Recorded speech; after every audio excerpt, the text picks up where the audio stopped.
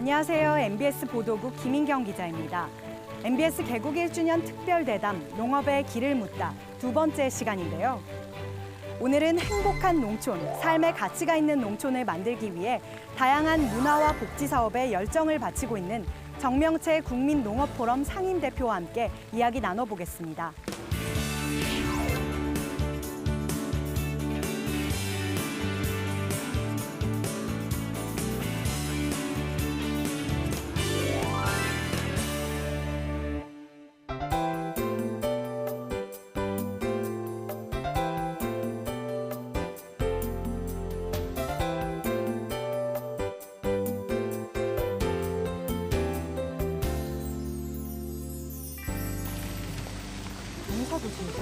네. 얼마나 어때요? 600평인데 네. 힘들어요. 이런 더운 날씨는 더 힘드시죠? 앉아서 잠깐 말씀 나누실까요? 대표님 바쁘신데 귀한 시간 내주셔서 정말 감사합니다. 네, 국민농업포럼 상임대표를 맡으셨는데 우리 국민농업포럼이 10년을 넘었어요, 어느새. 그렇죠. 네. 대표직 맡으시면서 어깨가 좀 많이 무거우셨을 것 같은데 어떠신가요? 부담을 많이 느끼죠. 농업은 농민들끼리만 얘기해가지고는 네.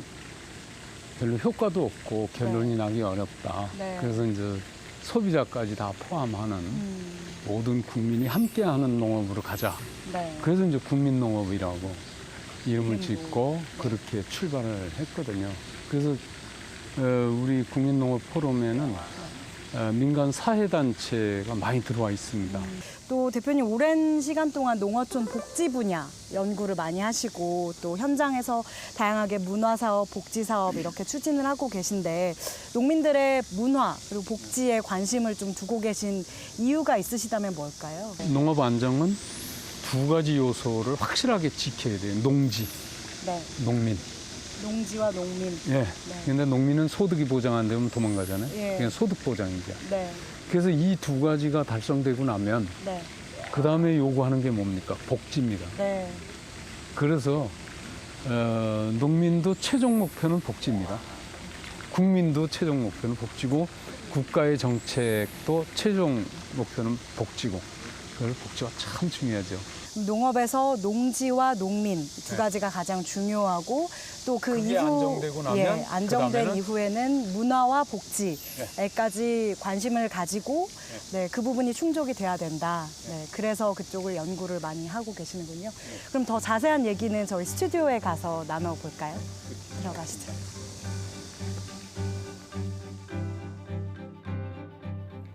네, 농촌 복지가 농촌을 바꿀 수 있다고 하는데요. 그렇다면 농촌의 복지 정책에 대해 좀 더 자세히 말씀 나눠보도록 하겠습니다. 대표님, 그 농촌 복지 정책에서 가장 우선시돼야 할 부분이 있다면 뭐가 있을까요? 농촌 복지 정책을 잘 설명을 하려고 그러면 우선 국가가 국민을 위해서 국민의 복지를 위해서 하고 있는 사회 보장 체계를 먼저 설명을 해야 이해가 되거든요. 근데 국가가 국민의 복지 증진을 위해서 만든 사회보장 체계는 대개 4가지 그물로 설명을 합니다. 국민들이 경제 활동을 하고 이렇게 사회생활을 하는데 여러 가지 위험이 있죠. 네. 그 위험을 보험 방식으로 커버하는 사회보험이라는 그물이 있습니다. 그래서 이제 이 사회보험에 전부 가입해야 되고 거기에 일부 보험료는 본인이 부담해서 하는 이런 사회보험에 해당되는 보험이 우리나라에는 5대 사회보험이 있습니다.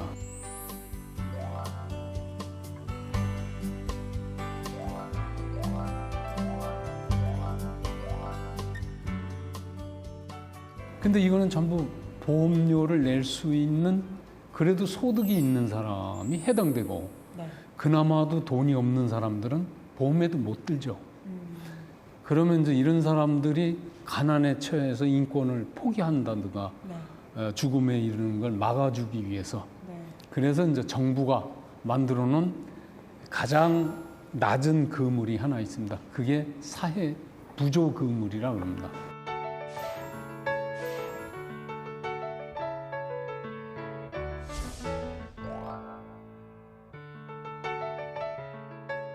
근데 사회부족 의무를 쉽게 설명하면 사회보호, 예, 그러니까 생활보호 네. 장치가 이제 바로 그런 장치들이죠.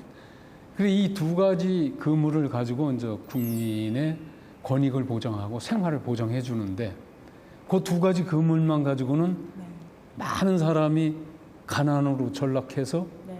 사회보호 의무에 많이 쌓이게 되죠. 그러면 이게 국가 재정 부담이 엄청나게 네. 생깁니다.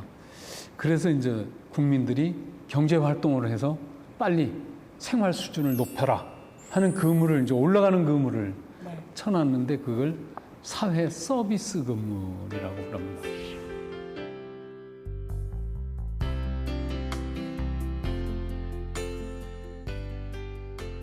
근데 이 서비스 기능만 가지고는 경제 활동이 활발하게 일어나기가 좀 어렵다. 네. 직접 경제 활동을 막 지원하는 네. 또 하나의 기능을 만들어 놨어요. 올라가는 그물을. 네. 그게 사회 협동 그물이라고 그럽니다. 사회 협동 금리. 예. 그래서 협동조합을 해라. 예. 또 농업 쪽에서는 농업 회의소 활동을 해서 권익을 스스로 찾아라. 예. 그리고 이제 그거보다 더 열심히 경제 활동을 하려고 그러면 주식회사도 만들 수 있고 뭐 한명회사 무슨 회사 만들어서 할 수도 있죠.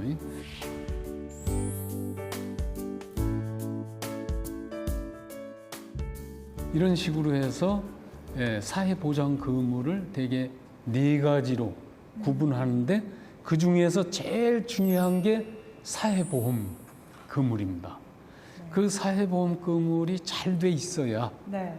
국민이 일단 경제 활동을 하는데 여러 가지 위험을 커버해 나갈 수가 있는 거죠. 그 중에서도 제일 중요한 것이 의료보험입니다.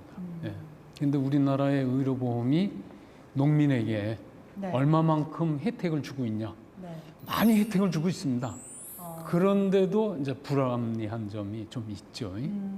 네, 그럼 현재 의료보험 제도상의 문제점은 뭐가 있을까요? 의료보험료 부과 방식 중에서 네. 농민에게는 농지를 재산으로 환산해서 네. 재산 점수를 매깁니다. 농지. 아. 근데 농지는 농민에게서는 생산 수단의 하나거든요. 예. 생산 수단 그러면 농지 자본, 그다음에 노동 자본, 네. 그다음에 기술 자본. 예. 그래서 합친 것이 이제 소득이 나오는 건데 네. 이 농지 자본에 대해서 보험료를 부과하고 네. 그런데 노동 자본인 가족원에 대해서 또 보험료를 부과해요. 그리고 거기서 생긴 소득에 대해서 또 부과를 하니까 네. 이게 이중 삼중이 되는 거예요. 이제 아까 제가 설명할 때 의료보험보다도 더 중요한 건 기초보건 의료 서비스다 이렇게 얘기했습니다. 근데 우리나라 의료보험을 시작하면서 네. 농촌 지역에는 의료기관이 적어요. 네. 의료기관, 의료 인력의 거의 90%가 네. 도시에 몰려 있습니다. 왜? 장사가 돼야 되니까 참 의료기관이 도시로 몰리죠. 그러니까 이제 농민은 보험료는 강제로 내야 되지 않습니까? 네. 강제로 보험료는 냈는데 아프면 갈 데가 없는 거예요. 네. 보험료 부과 방식 바꿔야 됩니다. 소득 중심으로. 지금 의료보험에서는 소득 파악 다 하고 있어요. 예. 농민의 소득 파악. 네. 그러니까 국민 모두를 네. 다 소득 중심으로만 보험료를 부과하는 방식으로 네. 가는 것이 옳다. 그 소득이 정확하지 않기 때문에 핑계를 대고 네. 농지에다가 부과하고 자동차 부과하고 가족에다 부과해서 예. 이중 삼중으로 부과하는 이거는 빨리 바꿔야 됩니다. 아. 그래서 농민의 부담이 이중 삼중으로 되는 것은 막아줘야 된다. 네. 이게 제일 농민들이 지금 원하고 있는 네. 것 중에 하나고 그 다음에 기초보건의료 서비스 부분을 네. 약화시키는 네. 그 부분을 좀 커버하기 위한 제도적인 장치들이 좀 마련됐으면 좋겠다. 그런 생각입니다. 네. 네, 그럼 의료보험 외에도 사회보험 분야에서 또 미비한 점이 있다면 뭐가 있을까요? 모든 국민이 적용되는데 농민만 적용이 안 되는 사회보험이 네. 산업재해보험입니다. 아. 그래서 농민이 농장에서 일하다가 예. 경운기가 뭐 뒤집어졌다, 뭐 네. 트랙터가 뭐 빠졌다 이래가지고 네. 사고가 나면 그건 몽땅 본인 부담입니다. 근데 이거를 이제 사회보험으로 만들어 달라 하고 네. 요구를 했더니 이게 어려워요. 어려우니까 어떻게 하냐면 민간보험으로 만들어 놨어요.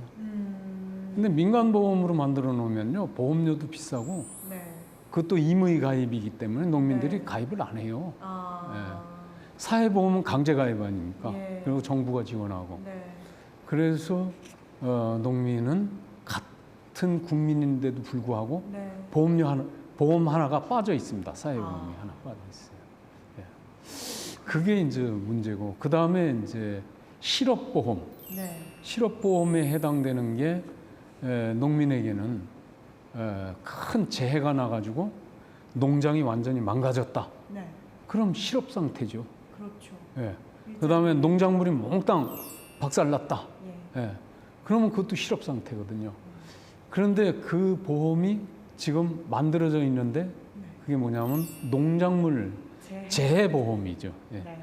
근데 농작물 재해보험도 사회보험 성격을 가지기 때문에 네. 사회보험으로 만들어져야 되는데 민간보험으로 만들어져 있습니다. 그렇죠. 보험사에 가서 가입하거나 뭐 네. 취급하는 은행에 가서 가입. 그러니까 가입률도 떨어지고 보험료 부담도 높고 예. 그래서 농민들이 가입을 잘 안 해요.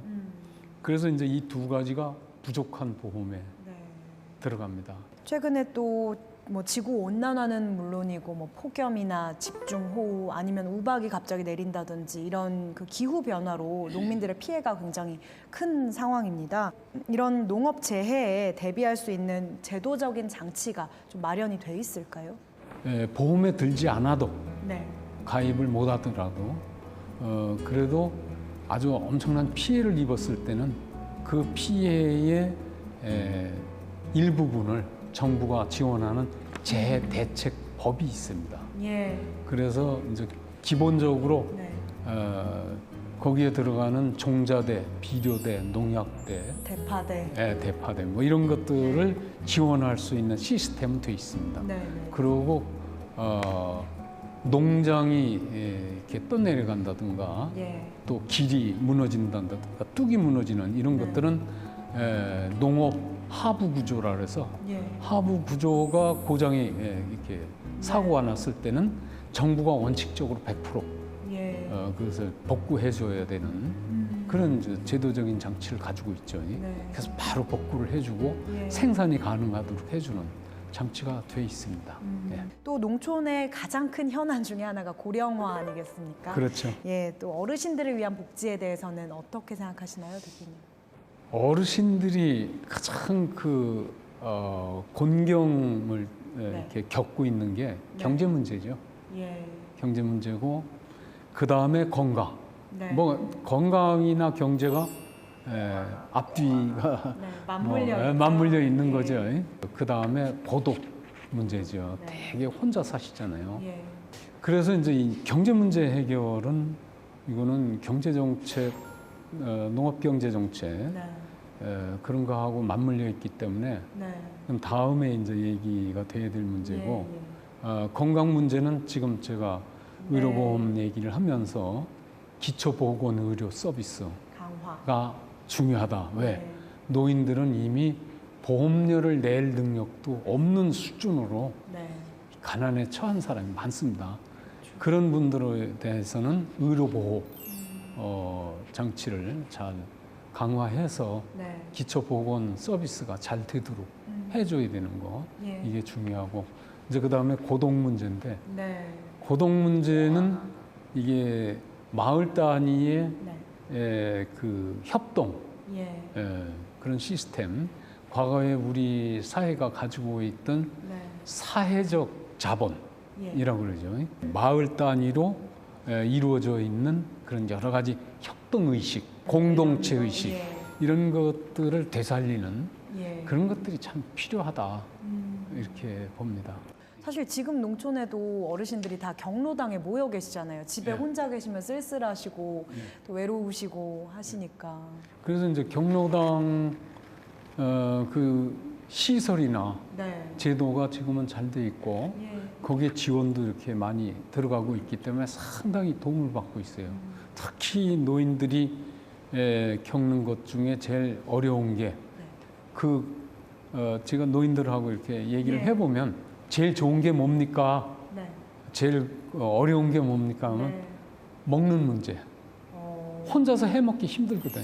그런데 경로당에 가면 같이 네. 만들어서 먹으니까 너무 재미있죠. 네.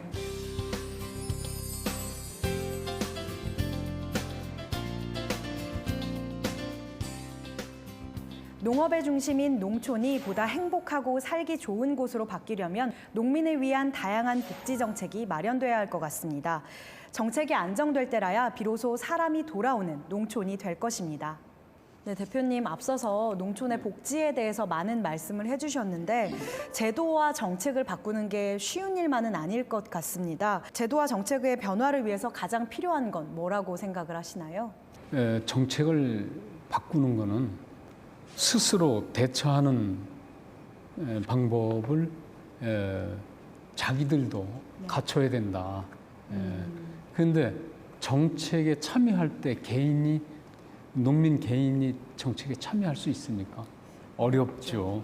그래서 조직화되지 않으면 참여가 어렵다. 그래서 농민은 조직화돼야 된다. 근데 이제 농민이 조직화되어서 정책을 이렇게 참여하고 또 자기들 스스로 경제 문제를 풀어나가는 그것이 제가 조금 전에 설명했던 국민의 그 사회보장 체계 중에 사회협동에 해당하는 사회협동 그물에 해당되는 부분이죠. 그래서 거기서 제일 강조하는 게 협동조합 활동입니다. 협동조합을 통해서 많이 돈도 벌고 열심히 경제 활동해서 발전해라 이런 얘기죠. 제가 그렇게 설명한 것과 똑같이 협동조합이라는 건 굉장히 중요합니다. 우리나라 이제 농업협동조합이 다 만들어져서 있지만 협동조합 활동이 그렇게 활발하게 일어나지 않는 점에서 협동조합이라는 게 좀 더 활성화될 수 있는 방향을 찾아야 되지 않냐 이런 생각을 가지고 있습니다. 품목별로 협동조합을 만들어야 한다 이런 말씀을 좀 평소에 강조하신 걸로 알고 있는데 이게 아주 핵심입니다. 어떤 의미인지 자세히 설명해 주시죠. 조직은 힘이 있어야 되는데 조직의 힘은 협동심입니다. 그런데 이제 협동심의 가장 기본 요소 그게 뭐냐면 첫 번째가 동질성입니다. 그러니까 같은 품목의 농사를 짓는 사람끼리라든가 뭐 같은 동갑내끼리 이게 동질성이 있어야 협동심이 생긴다. 그다음에 이제 두 번째 요소가 똑같은 품목의 농사를 짓더라도 자주 만날 수 있는 사람끼리 이렇게 됩니다. 긴밀성은 자주 만날 수 있는 그리고 대화가 통하는 이런 뜻이죠. 그다음에 이제 세 번째가 경제성입니다. 그렇게 만나서 서로 이렇게 협동을 했을 때 무언가 얻어지는 게 있어야 돼요. 그래서 이 세 가지 요소를 갖춘 협동 조직, 그게 품목별 협동조합이다. 이렇게 보는 거죠. 그래서 품목별 협동조합이 협동조합의 가장 기초단위다. 이렇게 보시면 좋겠습니다. 그러면 해외에서도 그런 품목별 협동조직, 협동조합이 좀 활성화되어 있나요? 지금 협동조합이 잘 되고 있는 나라들이 대개 유럽에 있는 나라, 그 중에도 이태리 같은 데가 참 잘 돼 있고 독일, 프랑스 다 잘 돼 있습니다. 그런데 그 독일의 이제 협동조합 같은 거 보면 품목별 협동조합이 기초 조직으로 딱 돼 있죠. 협동조합의 기초 단위가 품목별 협동조합입니다. 그래서 딱 그 품목별로 자기들이 생산만 하는 게 아니라 가공, 저장, 유통, 또 관광까지 이걸 다 하죠. 그러니까 거기서 얻는 소득을 자기들끼리 이렇게 나누게 되니까 잘 살죠. 협동조합이 잘 운영이 되려면 그 조직의 리더도 굉장히 중요할 것 같습니다. 어떤 리더가 필요할까요? 그건 뭐 두말할 필요도 없습니다. 협동조합 리더가 굉장히 중요합니다. 협동조합은 계속 세상이 돌아가는 걸 알아야 되거든요. 그럼 세상이 돌아가는 걸 읽을 줄 아는 사람이야지 리더가 될 수 있는 거지. 그냥 사람들 친하고 마음씨 좋다고 협동조합장이 되고 리더가 되는 건 아니거든요. 예, 그리고 경영 능력도 있어야 되고 사람을 다 포괄하는 이 가슴에 안을 수 있는 가슴도 넓은 사람이어야 되고 그러니까 여러 가지를 갖춰야 되니까 리더라는 게 굉장히 중요하고 그 정도의 리더를 이제 만들어낸다는 게 참 중요한 과제 중에 하나입니다. 참 리더가 어려울 것 같은데 이런 인력 양성이 참 중요할 것 같습니다. 리더가 될 수 있는 인재를 키운다는 것도 참 국가적으로 중요한 일일 것 같은데 그 농업 강국의 경우에는 세대 교체가 참 빠르게 이루어지고 있다고 들었는데 우리나라는 또 반대로 청년들이 농업을 많이 기피하고 있는 게 현실이거든요. 그 원인이 뭐라고 보시나요? 참 젊은 사람들이 농업을 기피하는 거는 뭐 간단히 얘기하면 전망이 없으니까 그렇다 이렇게 볼 수 있죠. 근데 이제 농업의 전망이 있느냐 없느냐는 그 정책을 어떻게 끌고 가느냐, 철학을 어떻게 세우느냐에 따라서 달라질 수 있습니다. 독일이나 유럽의 농업 인력의 주축은 누구냐? 대를 잇는 겁니다. 그래서 그 대를 잇는다는 내용 속의 가장 핵심은 가업입니다. 가업을 승계받았다는 얘기입니다. 가업은 기술을 중심으로 봤을 때 가업입니다. 기술이 아닌 건 가업이 의미가 없죠. 예. 농업도 기술입니다. 가공은 더 큰 기술입니다. 유통 기술입니다. 저장 기술입니다. 그래서 농산물 생산, 가공, 저장, 유통, 관광 이게 전부 기술로 보는 겁니다. 그래서 그 기술을 가업으로 승계할 수 있어야 발전합니다. 대를 거쳐서. 그러니까 독일의 기술을 따라갈 수가 없는 거예요. 왜? 대를 이어서 가니까. 농업 농촌의 미래를 위해서는 귀농 귀촌인 그리고 청년농 지원에 나서야 한다, 육성에 나서야 한다 이런 주장들이 많이 나오는데 그것도 가업 승계 차원에서 좀 바라볼 수 있을까요?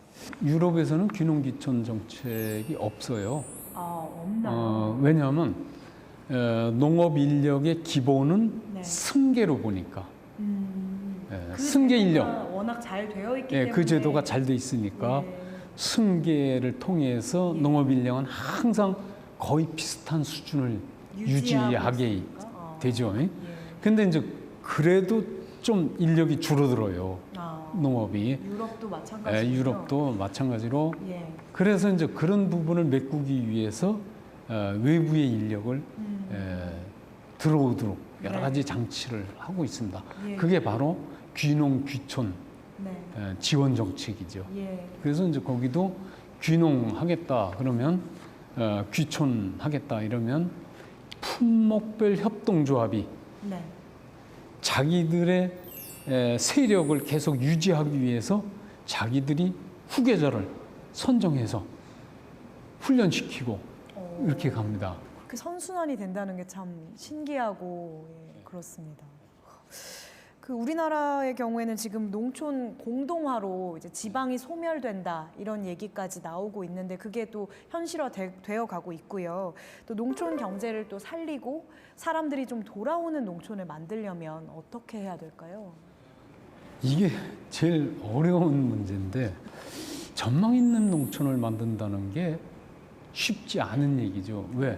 지금은 UR 협상을 통해서 WTO가 만들어지고 또 FTA니 뭐니 이래가지고 농업이 전부 국제 개방화 되고 있기 때문에 국내 농업 정책만 가지고 해결되는 게 아니잖아요. 그래서 이거는 이제 아주 원칙에 들어가서 국가가 농업을 자존산업으로 보고 국민의 자존심을 살리고 국가의 자존심을 살리는 자존산업이다. 왜? 자급이 어느 단계 이루어지지 못하면 종속되거든요. 식량이 종속되면요. 경제도 종속되고 다 종속됩니다. 그래서 종속에서 벗어날 수 있는 작업 수준은 가져가야 된다. 예. 그 작업 수준을 지키기 위해서 예. 농업을 안정시켜야 되겠다 네. 하는 기본 철학을 가지고 있어야 돼요, 국가가. 그래서 농업의 안정은 뭐냐?